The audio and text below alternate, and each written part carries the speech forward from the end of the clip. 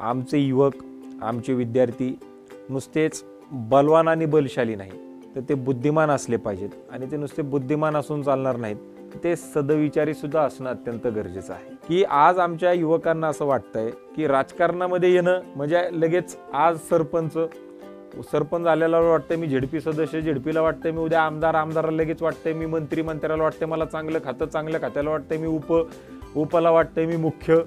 वसंतदादा पाटील हे 3री 4थी शिकलेले होते, परंतु या महाराष्ट्रामधलं प्रायव्हेटायझेशन ऑफ एज्युकेशन कुणी केलेलं असेल तर ते त्यांनी त्यांच्या कालावधीमध्ये केलं. मी सगळ्या युवकांना एकच आवाहन करू इच्छितो की आपण या युवा संसदेला या, की ज्या विद्यार्थ्यांना या युवा संसदेमध्ये भाषण द्यायचंय ती सुद्धा व्यवस्था उपलब्ध करून दिली, की जे विषय आता आम्ही दिलेले आहेत म्हणजे विजन भारत 2029, त्याच्यानंतर महिलांचा राजकारणातील आणि समाजकारणातील सहभाग, त्याच्यानंतर माध्यमे राजकारण घडवतात, ग्रामसभा ते लोकसभा, हे अशा विषयांवरती तुम्ही स्वतःचं भाषण तुम्ही तयार करू शकता आणि त्या युवा संसदेत या मान्यवरांच्या समोर मांडू शकता. नमस्कार. आपलं पुणे शहर म्हणजे पुण्यनगरी ही विद्येचं माहेरघर म्हणून ओळखली जाते. अतिशय उत्तम दर्जाचं गुणवत्तापूर्ण शिक्षण देणाऱ्या अनेक संस्था, शैक्षणिक संकुलं या शहरात आहेत आणि त्यापैकी एक आघाडीचं नाव म्हणजे जाधवर ग्रुप ऑफ इन्स्टिट्यूट. या संस्थेचे उपाध्यक्ष आणि आता जी संस्थेची हो घातलेली युवा संसद आहे तिचे संस्थापक अध्यक्ष आणि एकूणच पुण्याच्या आणि राज्याच्या शैक्षणिक क्षेत्रातलं एक तरुण नेतृत्व म्हणून ज्यांच्याकडे आपण बघू शकतो असे ॲडव्होकेट शार्दूल जाधवर आज आपल्याबरोबर आहेत.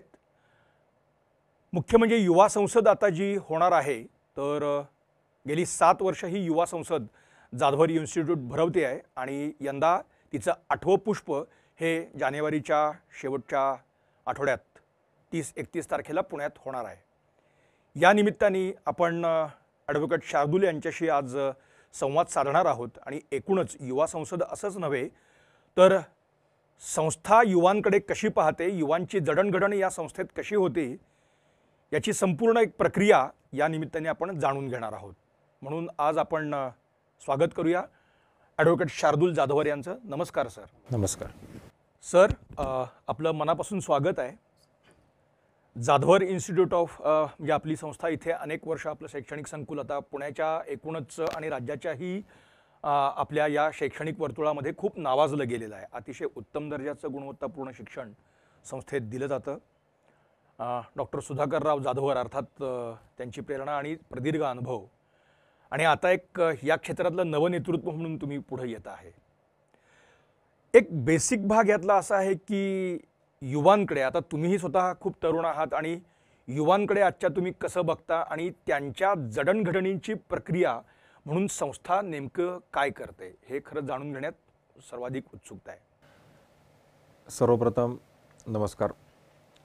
जाधवर ग्रुप ऑफ इन्स्टिट्यूटचं जर आपण ब्रीद वाक्य पाहिलं तर ते ब्रीद वाक्य असं आहे, education for strength, intellect and wisdom, बल, बुद्धी आणि सदविचारासाठी शिक्षण. आमचे युवक, आमचे विद्यार्थी नुसतेच बलवान आणि बलशाली नाही, तर ते बुद्धिमान असले पाहिजेत. आणि ते नुसते बुद्धिमान असून चालणार नाहीत, ते सदविचारी सुद्धा असणं अत्यंत गरजेचं आहे. साने गुरुजींच्या स्वप्नातला भारत घडवण्याचं स्वप्न हे संस्थेच्या मोटोमध्ये आणि मिशनमध्ये आहे.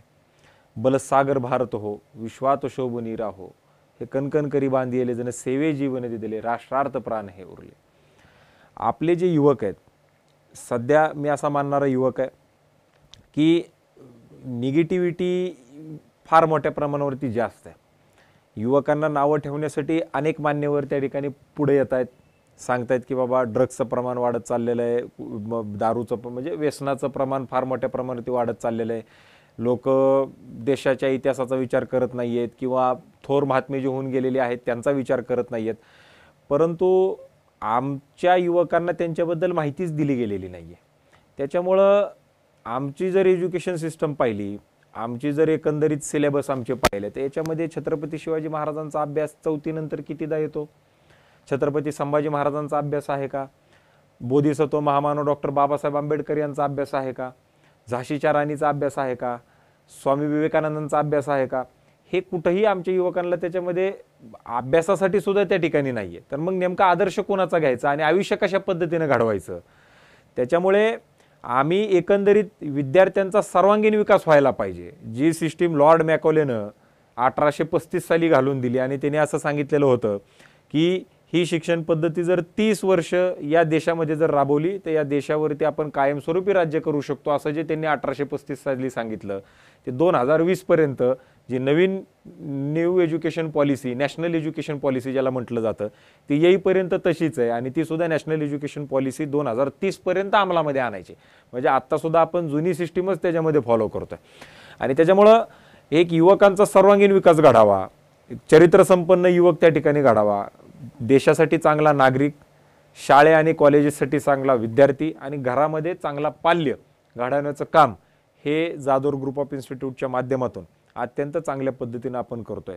आज या शिक्षण संस्थेमध्ये शिक्षण घेणारे जे विद्यार्थी आहेत या विद्यार्थ्यांच्या सर्वांगीण विकासासाठी अत्यंत विविध दर्जाचे कार्यक्रम, शैक्षणिक, सामाजिक, आर्थिक, औद्योगिक, कला, क्रीडा, राजकीय आणि विज्ञान प्रत्येक क्षेत्रातला कार्यक्रम त्या विद्यार्थ्यांसाठी आपण देतोय.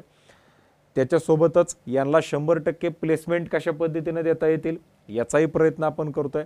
आणि विशेष म्हणजे या शिक्षण संस्थेमध्ये गोर, गरीब, शोषित, दलित, वंचित, आदिवासी समाजातून विद्यार्थी जे येतात, जे वाड्या वस्ती तांड्यांवरचे जे विद्यार्थी आहेत यांना सुद्धा अत्यंत चांगल्या दर्जाच्या फॅसिलिटीज देण्याचा प्रयत्न आम्ही करतोय की जेणेकरून उद्याच्याला ह्या मुलांना देशामध्ये कोणत्याही कॉलेजमध्ये जायचं असेल, बाहेरच्या देशामध्ये जायचं असेल तर त्यांना कुठंही असं वाटायला नको की मी कुठं होतो आणि कुठं आलोय.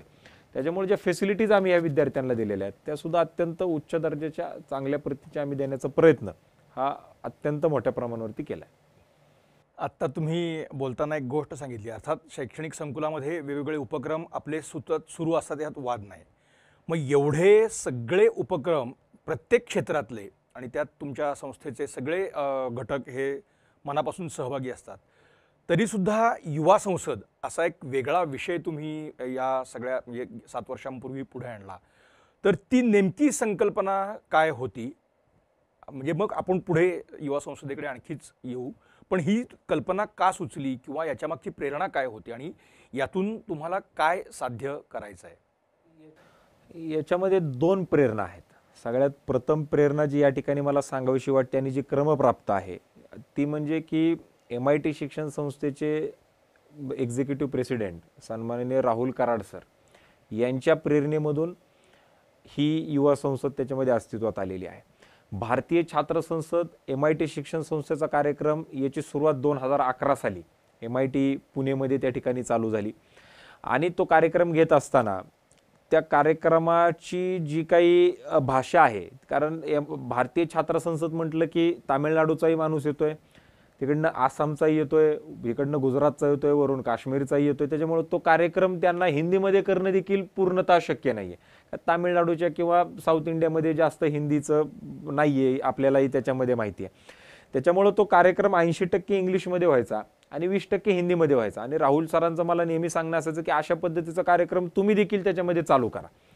आणि म्हणून मग मी त्यांच्याकडनं परवानगी घेतली आणि त्यांना सांगितलं की सर तुम्ही इंग्लिश आणि हिंदीमधून करताय, मी हा कार्यक्रम मराठीतून करतो, जेणेकरून जी वाड्यावस्ती तांड्यांवरची जी आमची मुलं आहेत, जी गोर, गरीब, शोषित, दलित, वंचित, आदिवासी समाजामधून मुलं येतात, ज्यांच्याकडे कोणतेही बॅकिंग नाहीये, ज्यांना मार्गदर्शन करणारी लोकांची संख्या फार मोठ्या प्रमाणावरती कमी आहे, या लोकांना आम्हाला जर पुढे आणायचं असेल तर मग आम्हाला हा कार्यक्रम मराठीतून घ्यायला पाहिजे.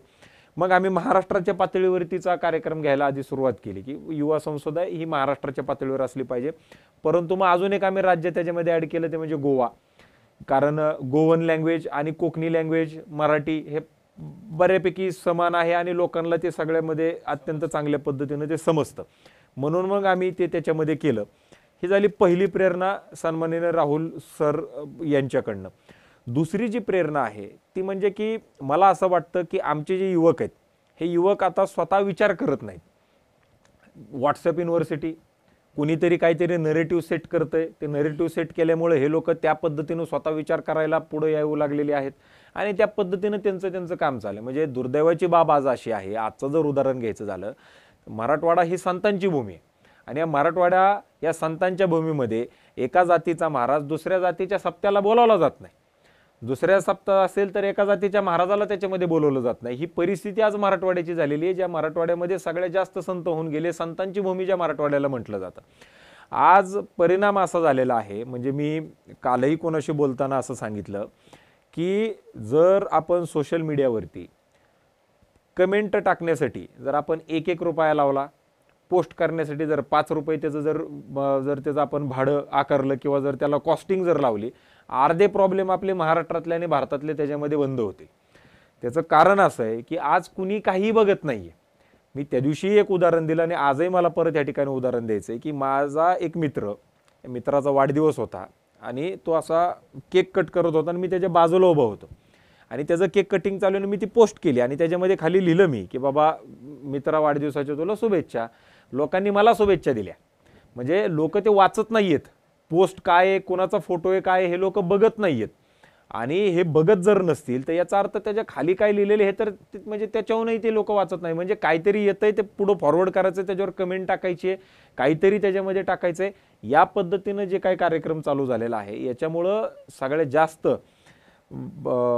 प्रॉब्लेम्स या महाराष्ट्रामधले आरक्षणाच्या रिलेटेडचे किंवा जे काही सगळं इम्बॅलन्स जे काही सगळं झालेलं आहे सोसायटीमधला, तो ह्या सगळ्या गोष्टींमुळे त्याच्यामध्ये तो झालेला आहे. आणि त्याच्यामुळे या युवा संसदेमध्ये आम्ही या विद्यार्थ्यांना विषय देतोय. हे विषय काय आहेत? आता ह्या वर्षीची युवा संसद आहे, याच्यातला पहिला जो विषय आहे ते आहे ग्रामसभा ते लोकसभा. ग्रामसभा ते लोकसभा म्हणजे काय की आज आमच्या युवकांना असं वाटतंय की राजकारणामध्ये येणं म्हणजे लगेच आज सरपंच आलेला वाटतंय मी झेडपी सदस्य, झेडपीला वाटतंय मी उद्या आमदाराला लगेच वाटतंय मी मंत्र्याला वाटतंय मला चांगलं खातं, चांगल्या खात्याला वाटतंय मी उपला वाटतंय मी मुख्य. या पद्धतीनं त्यांची सगळी जी काय वाटचाल चालू आहे. मग मुख्यमंत्र्याला वाटतंय मी उद्या खासदार व्हायला पाहिजे, खासदाराला वाटतंय मला उद्या चांगलं केंद्रात खातं पाहिजे, खात्यावाल्याला मी उपपंतप्रधान, मी पंतप्रधान. लोकांना राजकारण म्हणजे असं वाटू लागलेलं की फक्त पद, पुढं मागं पोलिसांच्या गाड्या आणि मग मी राजकारणात फार मोठा झालो. ही जी काय भावना लोकांच्या मनामध्ये झालेली आहे. त्याच्यामुळं आमचं असं म्हणणं की जे पहिलं सेशनच आत्ता आम्ही घेतलं ते ग्रामसभा ते लोकसभा. जो ग्रामपंचायतीचा जो वॉर्ड आहे याच्यामध्ये जे काम चालतं हे काम करणारा सुद्धा राजकारणी आहे आणि लोकसभेत काम करणारा देखील राजकारणी आहे. परंतु आता राजकारणापेक्षा आधी समाजकारण काय आहे हे या विद्यार्थ्यांना समजून सांगणं गरजेचं आहे. दुसरा जो विषय याच्यामध्ये आम्ही घेतलेला आहे तो म्हणजे काय की समाजकारण आणि राजकारणातील महिलांचा सहभाग. आज महिला राजकारणात आहेत का? तर आहेत. टेक्निकली त्या सगळ्या पदावरती आहेत का? तर आहेत. परंतु या महिलांना स्वतः निर्णय घ्यायचा अधिकार आहे का? हे आपण आपापल्या मनाला विचारा प्रत्येकाने. आज आरक्षण आहे, 33% आरक्षण सरकारने दिलेले 2026 पासून ते लोकसभेमध्ये देखील त्याच्यामध्ये लागू होत आहे. आमदारकीला आणि खासदारकीला सगळीकडे आता महिला 33% त्याच्यामध्ये येणार आहेत. परंतु नवऱ्याला उभा राहता येत नाही म्हणून बायका उभा राहिलेल्या आहेत. प्रत्येक बॅनरवरती आता नवऱ्याचा आणि बायकोचा फोटो आहे. ज्याला कोणाला आरक्षण पडेल तो पुढे उभा राहणार. परंतु कार्यक्रम चॉईस करण्याची पॉवर त्यांच्याकडे आहे का? धोरण ठरवण्याची ताकद त्यांच्याकडे आहे का? ते स्वतः काही निर्णय घेऊ शकतात का?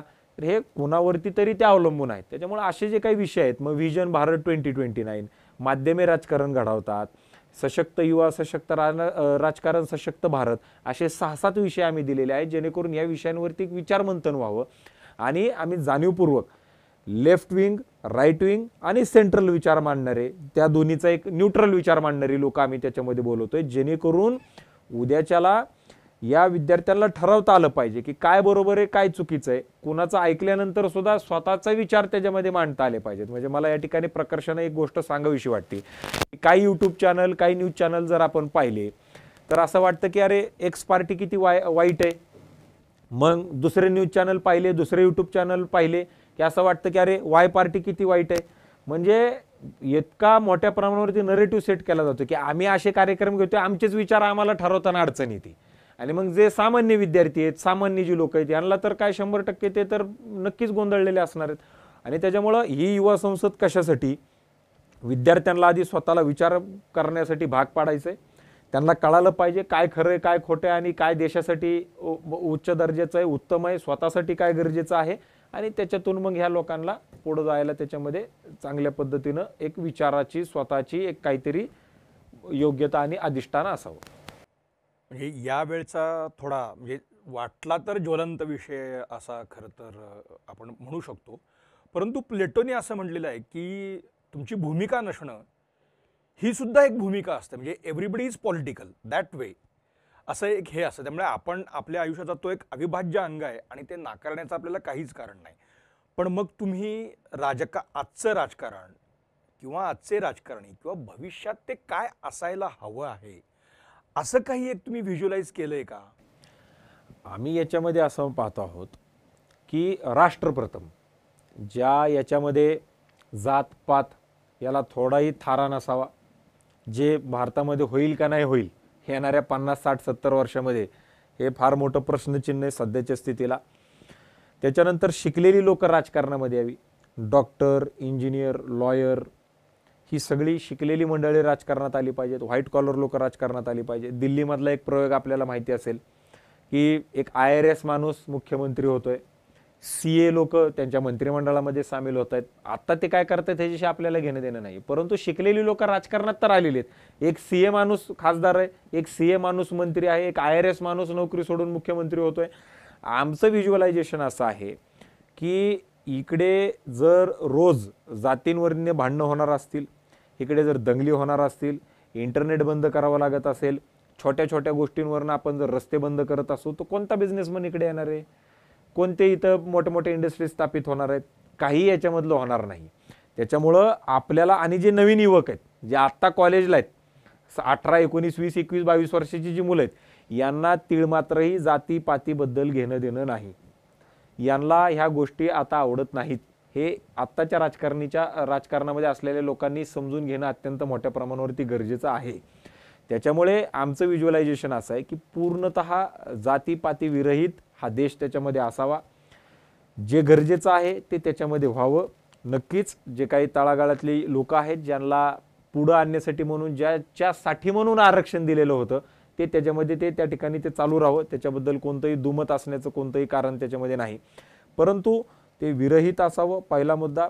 दुसरा मुद्दा, शिकलेली चांगली लोक राजकारणामध्ये येतील. कारण ज्या वेळेसला शिकलेली लोक राजकारणामध्ये येतील, म्हणजे मला या ठिकाणी उदाहरण द्यावं असं वाटतं, ते म्हणजे वसंतदादा पाटील हे 3री 4थी शिकलेले होते, परंतु ह्या महाराष्ट्रामधलं प्रायव्हेटायझेशन ऑफ एज्युकेशन कुणी केलेलं असेल तर ते त्यांनी त्यांच्या कालावधीमध्ये केलं.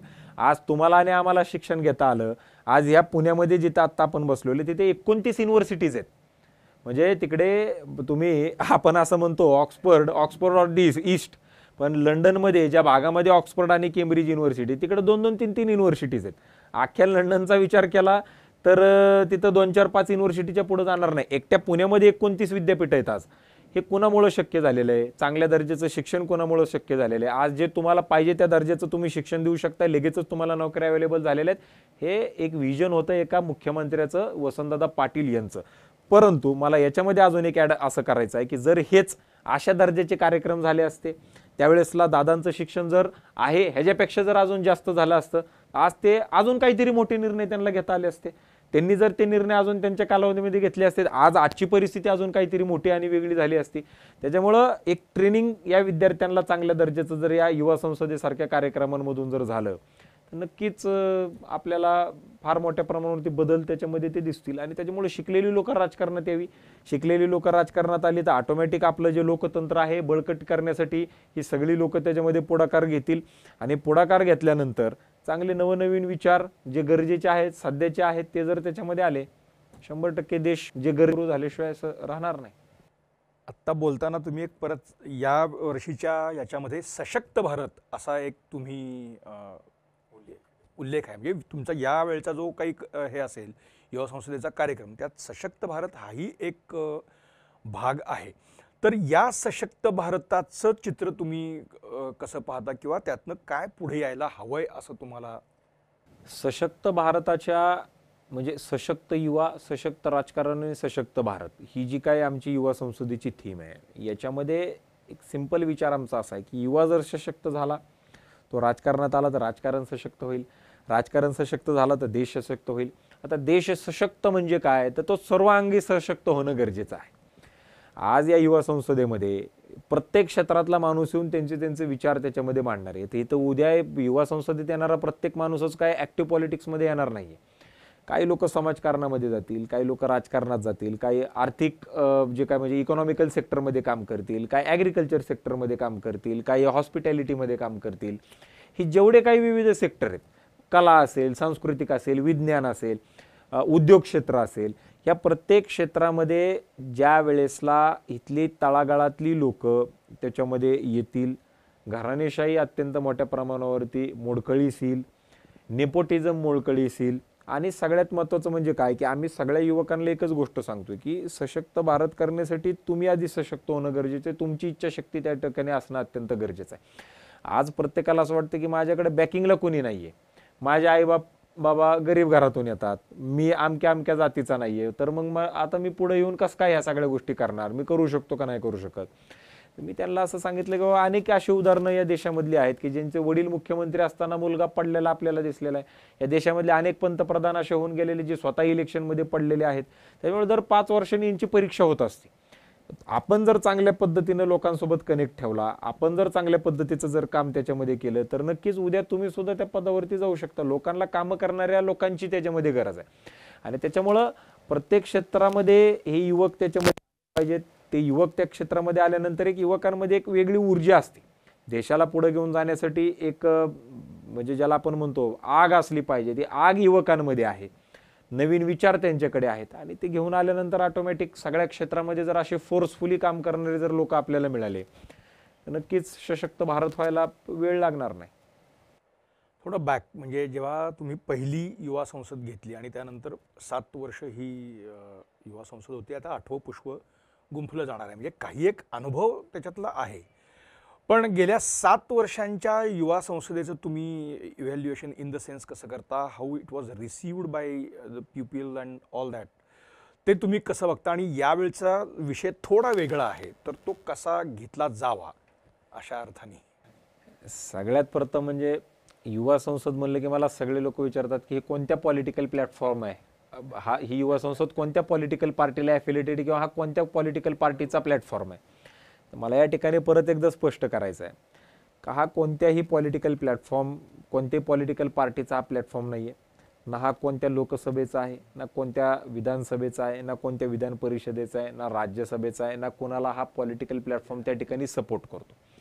हा पॉलिटिकल प्लॅटफॉर्म नसून हा विद्यार्थ्यांना स्ट्रेंथनिंग करणारा प्लॅटफॉर्म आहे. ही युवा संसद घेत असताना मागच्या 7 वर्षांमध्ये मला एक चांगला अनुभव आलेला आहे. तो म्हणजे की युवकांना ट्रेनिंग दिल्यानंतर, म्हणजे आता ट्रेनिंग फार गरजेची. वेस्टर्न कंट्रीजचा ज्या वेळेसला आपण विचार करतो, आपण त्यांचं फक्त मॉडर्न आयुष्य घेण्याचा प्रयत्न करतोय, कपडे, खाणं, राहणं हे त्यांच्याकडनं घेतोय, परंतु एक गोष्ट त्यांच्याकडे ते म्हणजे ट्रेनिंग. ती ट्रेनिंग आपल्याला घ्यायची नाही. आता अमेरिका असेल, इंग्लंड असेल, ऑस्ट्रेलिया असेल, हे आता ट्रेनिंगच्या फार पुढे गेलेली लोक आहेत, परंतु आता आपल्याकडे ट्रेनिंग घेणं फार मोठ्या प्रमाणावरती गरजेचं आहे. या युवकांना ज्या वेळेसला आम्ही या गोष्टी सांगतोय तर त्यांना ते समजतायत, ते त्यांना पटतायत, ते फेक नेरेटिव्हकडे जास्त लक्ष देत नाहीयेत, ते स्वतःचे विचार त्याच्यामध्ये करतायत. ही गोष्ट अशी असेल तर ही गोष्ट अशी का आहे याच्यावरती ते विचार करतायत, हे आम्हाला त्याच्यात समजतंय. आता या युवा संसदेनं 2 इलेक्शन पाहिलेत. 2016ला ही युवा संसद चालू झाली, म्हणजे त्यांनी 2019चं एक इलेक्शन पाहिलंय, 2024चं एक इलेक्शन पाहिलेलं आहे. आता जे विद्यार्थी या युवा संसदेच्या सभागृहामध्ये बसतायत हे वयवर्ष 16, 17, 18, 19, 20, 21, 22, 23, 24 इथपर्यंतची आहेत. युवा संसदेची जर महती आपल्याला लक्षामध्ये घ्यायची असेल तर नंदुरबार सारख्या ठिकाणी एक MBA झालेली मुलगी, ज्या मुलीनं या युवा संसदेला अटेंड केल्यानंतर तिला असं वाटलं की मी देखील याच्यामध्ये काही ना काही करू शकते. आदिवासी समाजाची मुलगी MBA झालेली नंदुरबार सारख्या ठिकाणी जाते आणि तिकडे झेडपीचं इलेक्शन लढते आणि ती निवडून येते आणि कामही करते. आता आपल्याकडे इलेक्शन झालेले नाहीये तेवढे दिवस, त्यामुळे दुसरी टर्म तिचं येण्याचं कोणतं कारण नाही का. आता ती ज्या वेळेसला येईल त्यावेळेसला तिला त्याच्या कामाची पोचपावती मिळेल, तिने चांगलं काम केलेलं असेल तर.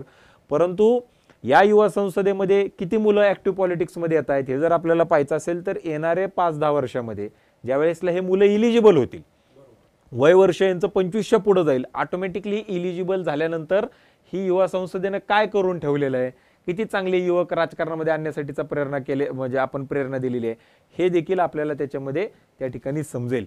आणि जी तुम्ही मला विचारलं की बाबा या युवा संसदेमध्ये तुम्हाला काय बदल, म्हणजे ह्या वर्षीची युवा संसद वेगळी काय, तर ही युवा संसद वेगळी याच्याकरिता आहे की आम्ही आता असं ठरवलेलं आहे की दरवर्षी ज्यांच्या अवतीभोवती सध्याचं राजकारण आणि समाजकारण फिरतं यांच्यासाठी आम्ही संसद कट्टा हा एक कार्यक्रम आम्ही त्याच्यामध्ये चालू केलेला आहे. ते म्हणजे काय की आता यावर्षी आरक्षणाचा मुद्दा फार गाजतोय 2024-25.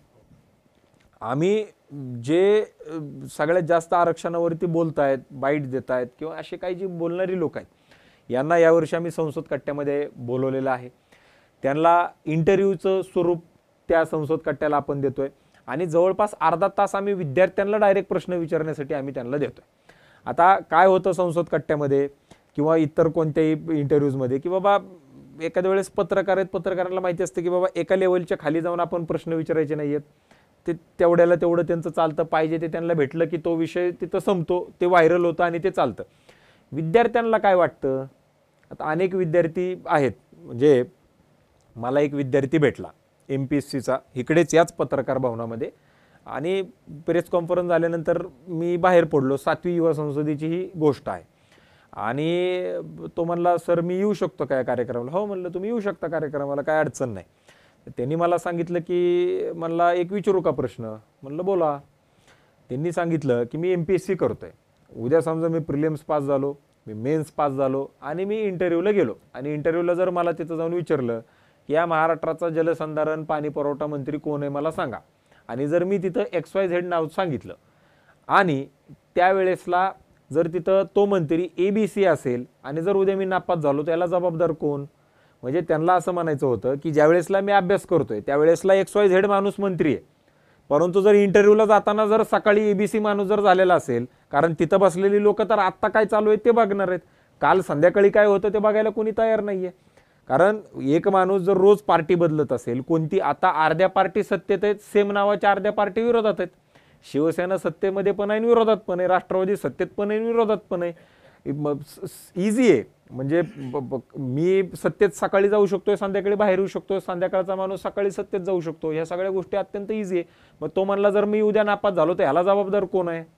त्याच्यामुळं ह्या युवा संसदेमध्ये असे सुद्धा प्रश्न या विद्यार्थ्यांना डायरेक्ट या सगळ्या नेत्यांना विचारता येणार आहेत आणि त्यांचे जे प्रश्न आहेत यांना डायरेक्ट उत्तरं ह्या सगळ्या मान्यवरांना द्यावी लागणार आहेत. आणि त्याच्यामुळं हा एक वेगळेपणा यावर्षी संसद कट्ट्याच्या नावानं जो नवीन कार्यक्रम आपण इंटरव्ह्यूचं सेशन आणि डायरेक्ट विद्यार्थ्यांशी जे काही संबंधित त्यांना जे विचारायचं आहे तर ते त्यांना डायरेक्ट विचारू शकतात.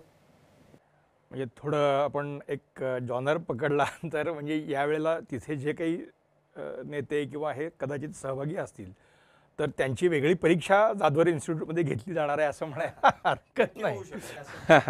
नक्की होऊ शकतं, कारण विद्यार्थ्यांचे प्रश्न हे काही लिहून येणार नाहीयेत, ते अपेक्षित नसणार आहेत. त्यांना रोज काय अडचणी त्यांना भोगावे लागत आहेत, त्यांना जे काही त्यांच्या आयुष्यामध्ये रोज अडचणी येत आहेत त्या अडचणी ते सरळ सरळ मांडू शकतात तिकडे. आणि तुम्ही आत्ता म्हणजे एक न्यू नॅशनल एज्युकेशन पॉलिसी आपण त्याची सध्या खूप चर्चा पण होती आहे आणि प्रत्येक संस्थाचालक किंवा ते त्यांचे इनपुट्स मुळात देत आहेत, म्हणजे असं काही नाही आहे. त्याचं अजून काही फार मोठं स्ट्रक्चर तयार झाले अशी पण काही परिस्थिती नाही. पण आत्ता तुम्ही, कारण दरवर्षी नवीन विद्यार्थी म्हणजे आधी जे काही कुठं जात नाहीत पण नवीन वर्षी पुन्हा नवीन विद्यार्थी येतात आणि ते समाजाच्या वेगवेगळ्या स्तरातून ते आलेले असतात. म्हणजे त्यांची विचारसरणी म्हणजे कौटुंबिक पार्श्वभूमीपासून गोष्टी. तर हा जो नवीन येणारा विद्यार्थी आहे तो कदाचित निम्नवर्गीय असेल, एकदम उच्चवर्गीय पण असेल, पण ॲस्पायरेशन्स एकच असतात. आता हा सगळा म्हणजे आता नवीन AI टेक्नॉलॉजी म्हणजे कृत्रिम बुद्धिमत्ता आणि त्याचं काय होणार हे जगभर आता त्याच्याविषयी चर्चा सुरू आहे. एकीकडे आपल्या अशा काही वेगळ्या वेगळ्या, त्याचा काय राजकारण म्हणून संबंध याच्यातला भाग नाही, आणि हा नवीन येणारा विद्यार्थी. सो हा एक ब्लेंड तुम्ही सगळा कसा बघताय आणि ह्या नवीन एज्युकेशन पॉलिसीमध्ये ते कसं ब्लेंड करता येऊ शकेल असं तुम्ही काही त्याचं एक, कारण हे पुन्हा युवा संसदेकडेच येणार आहे म्हणून मी हा नॅशनल एज्युकेशन पॉलिसी ही खरं तर क्रांतिकारक बदल आहे. आज तुम्हाला तुमच्या भाषेमध्ये शिक्षण घेता येणार आहे. तुम्ही माझ्यासोबत मराठवाड्यामध्ये चला, विदर्भात चला, गावाकडे चला, जे नॉलेज तुम्हाला तिथं पारावरती बसलेला मुलगा जे सांगू शकतो ना तो इथं बसलेला एखाद्या चांगल्या इन्स्टिट्यूटमधलाही मुलगा सांगू शकणार नाही. फक्त प्रॉब्लेम कुठं येतोय, भाषा.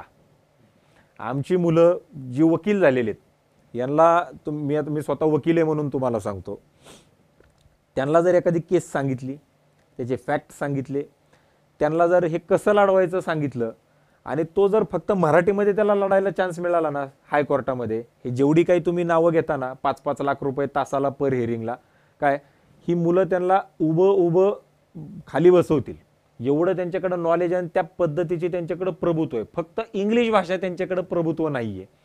तो एक त्याच्यातला त्यांच्यामधला तो डिफेक्ट आहे. परंतु त्यांच्या नॉलेजला तुम्ही कुणीही इथला माणूस बीट करू शकत नाही, एवढं त्यांच्याकडे नॉलेज आणि त्या पद्धतीनं त्यांचे विचाराची ती जी काही म्हणजे घौडदौड आहे ती तेवढ्या प्रमाणामध्ये त्याच्यात ती झालेली. सगळ्यात पहिली जर आवडलेली कोणती गोष्ट असेल ना तर ती म्हणजे तुमच्या भाषेमध्ये शिक्षण. आमचं दुर्दैव काय आहे, आमची भाषा मराठी अभिजात भाषा झाली, हिंदी आमची राष्ट्रभाषा आहे, परंतु आम्हाला कोर्टामध्ये लढता येतं का? आमच्या भाषेमध्ये नाही लढता येत. जो रस्त्यावरती एखादा भिकारी असेल, उद्या त्याच्यावरती काय अन्याय झाला, त्याला त्याच्या भाषेमध्ये हायकोर्टात जाता येऊन बोलता येईल का? तो नाही बोलू शकत, कारण ते नाहीच आहे त्याच्यामध्ये. इंग्लिश भाषेमध्येच तिथं सगळ्या गोष्टी चालतात हायकोर्टामध्ये आणि सुप्रीम कोर्टामध्ये. हे आमच्या देशाचं पहिलं दुर्दैव आहे. परंतु आशेचा किरण कुठं दिसतोय? ह्या न्यू एज्युकेशन पॉलिसीमध्ये दिसतोय की आपल्या भाषेमध्ये त्यांना ते सगळ्या गोष्टी त्याच्यामध्ये घेता येणार आहे. आता ज्या वेळेसला स्वतःच्या भाषेमध्ये शिक्षण घेता येणार आहे त्यावेळेसला AI असू द्या, IT असू द्या, कॉम्प्युटर असू द्या, नवीन जे काही इंजिनिअरिंगमध्ये आता जसं पेट्रोकेमिकल इंजिनिअरिंग एक वेगळं एक चालू झालेलं आहे, बरोबर आहे. स्पेस सायन्स याला आता फार मोठ्या प्रमाणावरती महत्त्व आलेलं आहे. याच्यामध्ये हे छोट्या गावांमधले सुद्धा मुलं आता त्याच्यामध्ये येऊ शकतात आणि त्यांचे विचार अत्यंत चांगल्या पद्धतीने मांडू शकतात, रिसर्च करू शकतात. अनुसंधानासाठी फार मोठ्या प्रमाणावरती पैसे त्याच्यामध्ये आता मिळतात. या सगळ्या गोष्टी त्याच्यामध्ये होऊ शकतात. आता ह्या एज्युकेशनमध्ये आम्हाला काय वाटतं याच्यामध्ये यायला पाहिजे, तर ते म्हणजे आमचे आता सिलेबस चेंज होणं अत्यंत गरजेचं आहे. आता या न्यू एज्युकेशन पॉलिसीमध्ये ह्या सगळ्या गोष्टींचा विचार झालेला आहे की बाबा तुमच्या भाषेतून शिक्षण घ्या, मग FYला सोडलं तर काय मिळणार, SYला सोडलं कॉलेज तर काय मिळणार, TYला सोडलं तर काय मिळणार. परंतु आता जे जग स्पेस सायन्सकडं AIकडं चाललेलं आहे, आता ते आमच्या सिलेबसमध्ये येणं आवश्यक आहे. जोपर्यंत हे बदल सिलेबसमध्ये येत नाहीत, कारण आपले सिलेबसचा काहीच फायदा बाहेर जाऊन होत नाही. म्हणजे आज जर आपण FY SY TY जर BCom केलं, त्याच्यानंतर जर मी CAला गेलो, CAला गेल्यानंतर तिथलं शिक्षण घेतल्यानंतर सुद्धा मला कोणाच्या तरी हाताखाली त्याच्यामध्ये काम करावं लागतं, इंटर्नशिप करावं लागते, तर मी ते करतो. आता बरं माझं वय आधी शिक्षण घ्यायचं, मग ते CA पास व्हायचं, त्याच्यात जर 1-2-3 बॅक बसले तर तेवढे वर्ष माझे जाणार. मग परत मी इंटर्नशिप करायची, मग इंटर्नशिप केल्यानंतर मी माझी प्रॅक्टिस स्वतःची डेव्हलप करायची. मग माझ्याकडं माझं वय बघून ते लोक माझ्याकडे येणार, किती वर्षाचा अनुभव बघून माझ्याकडे येणार. मग तोपर्यंत माझं घर दार, आई वडील, त्यांचं औषध पाणी खर्च, ह्या गोष्टी चालवायच्या कशा? आपल्या शिक्षणामध्ये इंटर्नशिपमध्ये शिक्षणामध्ये एवढा आता खर्च होतोय, एवढे वय त्याच्यामध्ये निघून चाललंय की आता तुम्ही बघा लग्नाचं सुद्धा प्रमाण वयवर्ष 30 नंतर लग्न व्हायला लागली. मग आता जर 30 नंतर लग्न होत आहेत, मग उद्या परत तिथं मुलं व्हायला प्रॉब्लेम व्हायला लागली. लोकांना वेळेमध्ये मुलं होत नाहीयेत, तिकडे डिवोर्स व्हायला लागले, एकीकडे तो प्रॉब्लेम वेगळा आहे. म्हणजे कुठंतरी एकावर एक ते अवलंबून आहे. आणि त्याच्यामुळं आपल्याकडे आता हे भाषेमध्ये आपले शिक्षण होत असताना त्याच्यावरतीच त्या भाषेंचं जास्त मोठ्या प्रमाणावरती मला असं वाटतं की त्याचा वापर ह्या डेली यूजमध्ये लँग्वेजमध्ये त्या ठिकाणी होणं गरजेचं आहे. पहिला मुद्दा. दुसरा मुद्दा त्याच्यामध्ये असा आहे की हे सिलेबस आता चेंज होणं गरजेचं आहे, कारण हे सिलेबस फार आता जुने पुराणे, म्हणजे असं कधी कधी वाटतं की आपले सिलेबस पुरातत्व खात्याकडे आहेत का काय. म्हणजे जे पुरातत्व खात्याकडे एखादा जर किल्ला असेल तिथं थोडं आपल्याला काही रंगरंगोटी करायची म्हणलं तरी त्यांची परमिशन AISIची आपल्याला घ्यावी लागते दिल्लीवरून. तसं आता आपल्या सिलेबसचं सुद्धा झालेलं आहे की ते शिक्षण खात्याकडे का पुरातत्व खात्याकडे, हे आपल्याला त्याच्यामध्ये लक्षात येत नाही. त्याच्यामुळे हे सगळं आता बदलणं अत्यंत मोठ्या प्रमाणावरती गरजेचं आहे. ह्याचं जर आपण बदल केले तर मला आत्ताही माहिती आहे की आपल्या जाधवर ग्रुप ऑफ इन्स्टिट्यूटमध्ये PGDM सारखा कोर्स आहे. या PGDMमध्ये स्वायत्तता आपल्याला असते की काय सिलेबस ठेवायचा आणि काय शिकवायचं. MBA इक्वलंट हा कोर्स आहे. मग आम्ही कंपन्यांसोबत टायअप केलेले आहेत. आता समजा उदाहरणार्थ तुमची कंपनी, तुम्ही सांगितले की मला हे ABCD शिकलेला मुलगा पाहिजे, आम्ही जर त्याला वर्गांमध्ये तेच ABCD शिकवलं तर उद्या ती लोक डोळे झाकून त्या मुलांना नोकरीमध्ये घेत आहेत. मग त्या मुलांना ॲडमिशन आणि नोकरी एकाच ठिकाणी आहे, त्याच्यामुळे ते बिंदास्त आहेत. त्यांना अभ्यास करताना सुद्धा कोणतंही टेन्शन त्याच्यावरती बॉदरेशन नाहीये. आणि कंपनीला सुद्धा की परत त्यांचे ट्रेनिंग आणि प्लेसमेंटवरती त्यांना ट्रेनिंग आणि नाहीये, त्यांचाही खर्च त्याच्यामध्ये वाचतोय. त्याच्यामुळं या new education national education policy जे आपण त्याला म्हणतो त्याच्यामध्ये आता जे बाजारामध्ये विकतंय ते आता आपण तयार करणं गरजेचं आहे. आपण तयार वेगळं करतोय आणि विकतंय वेगळंच. त्याच्यामुळं ते विकणाऱ्याला म्हणजे ज्याला पाहिजे तो पण रिकामा आहे आणि ज्याला विकायचंय तो पण रिकामा, अशी दोघंही लोक रिकामी बसलेले आहेत. एक तुम्ही आत्ता उल्लेख केलात आणि मागे एकदा बोलताना तुम्ही संस्था विद्यार्थ्यांना काय पद्धतीनं फॅसिलिटेट करते हे तुम्ही मागे एकदा म्हणजे स्वातंत्र्य सैनिक असतील किंवा हे ते फॅसिलिटेट तुम्ही केलं होतं. खरं तर आज त्यानिमित्ताने थोडं तोही एक पोर्शन मला तुमच्याकडून जाणून घ्यायचं आहे, कारण मी आत्ता शैक्षणिक खर्च हा विषय हा पण ज्वलंत विषय आणि तो पुढच्या काळातही राहणार आहे. पण अशा काही घटकांना संस्था एकही रुपया खर्च घेत नाही असं तुम्ही मागं सांगत होता, तर ते एक्झॅक्टली काय हे आहे? कोरोनाच्या कालावधीमध्ये ज्या वेळेसला सगळे लोक आपण घरामध्ये होतो, वडिलाचं निधन झालं तर मुलगा त्यांच्या निधनाला त्या ठिकाणी अंत्यसंस्काराला जात नव्हता. घरामध्ये कुणी कुणाला बोलत नव्हतं, जवळ येत नव्हतं. प्रत्येकजण आपापला स्वतःचा विचार करायचं. त्यावेळेसला पोलीस, आर्मीमधील लोक, पत्रकार, फायर ब्रिगेडमधली लोक आणि ॲम्ब्युलन्स चालक हे पाचही लोक कामं करत होते. आणि मी असं कुठंतरी ऐकलेलं आहे की आपल्या हातून जर कोणाचे अंत्यसंस्कार झाले ते मागच्या जन्माचं काहीतरी आपण ते करणं असणं म्हणजे ते करावं लागतं कर्तव्य, ते त्यावेळेसला केलेलं नसतं म्हणून ते ह्या जन्मामध्ये आपण ते पार पाडतो असं काहीतरी मी ते ऐकलेलं होतं. पोलिसांनी, आर्मीमधील लोकांनी, पत्रकारांनी किती लोकांचे अंत्यसंस्कार केले हो? तुम्हाला बातम्या तुम्ही आता जर